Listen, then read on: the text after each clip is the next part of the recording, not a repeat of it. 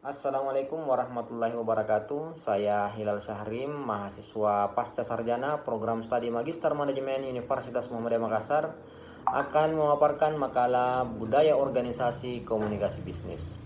Komunikasi bisnis merupakan salah satu hal yang penting dalam menjalankan suatu bisnis atau perusahaan.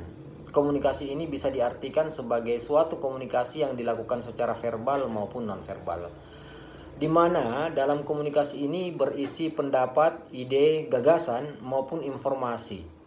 Beberapa pandangan para ahli, yang pertama ada William Albeck. Beliau mengatakan bahwa komunikasi bisnis adalah pertukaran informasi, gagasan, pendapat, instruksi yang punya target tertentu yang dihidangkan secara personal maupun impersonal melalui lambang atau sinyal.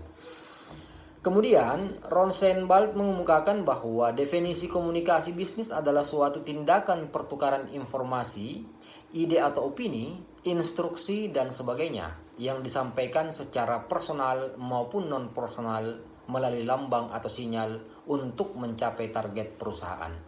Sementara menurut Joko Purwanto, arti komunikasi bisnis adalah komunikasi yang dipakai di dalam dunia bisnis yang termasuk berbagai macam bentuk komunikasi, baik itu verbal maupun non-verbal, untuk mencapai suatu tujuan tertentu.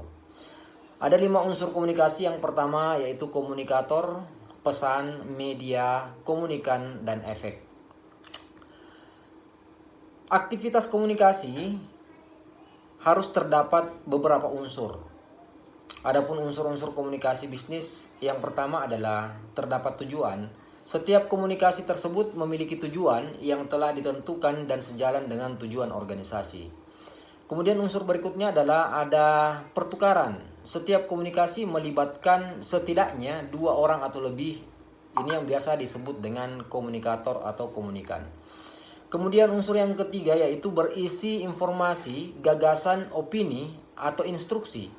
Ini adalah isi dari pesan yang terdapat dalam komunikasi, di mana bentuknya bisa beragam tergantung situasi, kondisi, dan tujuannya. Unsur selanjutnya yaitu memanfaatkan saluran personal atau impersonal.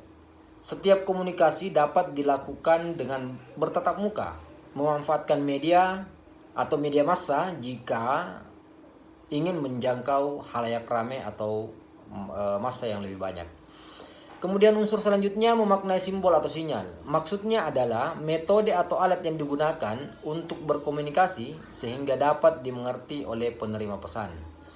Kemudian unsur selanjutnya itu pencapaian target atau tujuan organisasi, di mana tujuan tersebut telah ditetapkan sebelumnya oleh manajemen. Pembahasan berikutnya yaitu tujuan komunikasi bisnis. Secara umum ada 4 fungsi dari komunikasi di dalam bisnis, yaitu memberi informasi, melakukan persuasi atau pendekatan, melakukan kolaborasi, dan melakukan integrasi. Memberi informasi maksudnya bertujuan memberikan informasi yang berkaitan dengan dunia bisnis kepada pihak lain. Sebagai contoh, seorang pimpinan suatu perusahaan membutuhkan beberapa pegawai baru yang ditempatkan sebagai staf administrasi di kantor-kantor cabang yang ada. Untuk memperoleh pegawai yang diharapkan, ia dapat memasang iklan lowongan kerja melalui media surat kabar, majalah, radio, dan lain-lain sebagainya. Kemudian yang kedua adalah melakukan persuasi atau persuading. Kedua dari sebuah komunikasi bisnis adalah melakukan persuasi kepada pihak lain agar apa yang disampaikan dapat dipahami oleh audiens dengan baik dan benar. Kemudian selanjutnya melakukan kolaborasi. Tujuan ketiga ini adalah melakukan kolaborasi atau kerjasama bisnis antara seseorang dengan yang lainnya.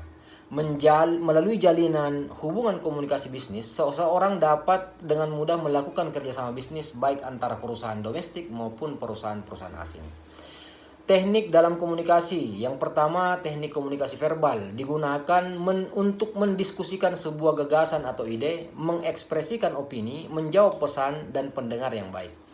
Komunikasi verbal yang efektif yaitu tentang pesan yang disampaikan dapat diterima dan berani untuk mendapat sanggahan atau tanggapan terhadap pesan yang disampaikan. Kemudian teknik selanjutnya yaitu teknik komunikasi nonverbal. Menurut data laporan psikologi komunikasi bahwa lebih dari 90% pesan disampaikan melalui komunikasi nonverbal, yaitu 55% bahasa tubuh, 30% nada bicara, 7% adalah kata yang disampaikan. Data ini menunjukkan bahwa bahasa tubuh adalah hal yang penting ketika berinteraksi dengan rekan bisnis. Yang terakhir yaitu komunikasi tertulis. Nah, ini bisa kita lihat contohnya adalah email. Email adalah salah satu contoh komunikasi tertulis paling mudah ditemui dalam komunikasi tertulis. Kebanyakan perusahaan menggunakan email atau media pesan elektronik lainnya untuk berkomunikasi dengan timnya. Meskipun email tampil lebih santai daripada surat biasa, email masih memiliki bobot yang sama tergantung bagaimana kita menyampaikannya dan perusahaan rasakan. Jenis-jenis komunikasi bisnis, yang pertama ada komunikasi internal, kemudian yang kedua adalah komunikasi vertikal, ketiga komunikasi dari atasan pada bawahan, yang keempat komunikasi dari bawahan ke atasan, dan yang terakhir adalah komunikasi horizontal. Demikian pemaparan singkat yang bisa saya sampaikan terkait tentang materi budaya organisasi komunikasi bisnis. Semoga bermanfaat. Billahi fi sabilil haq fastabiqul khairat. Assalamualaikum warahmatullahi wabarakatuh.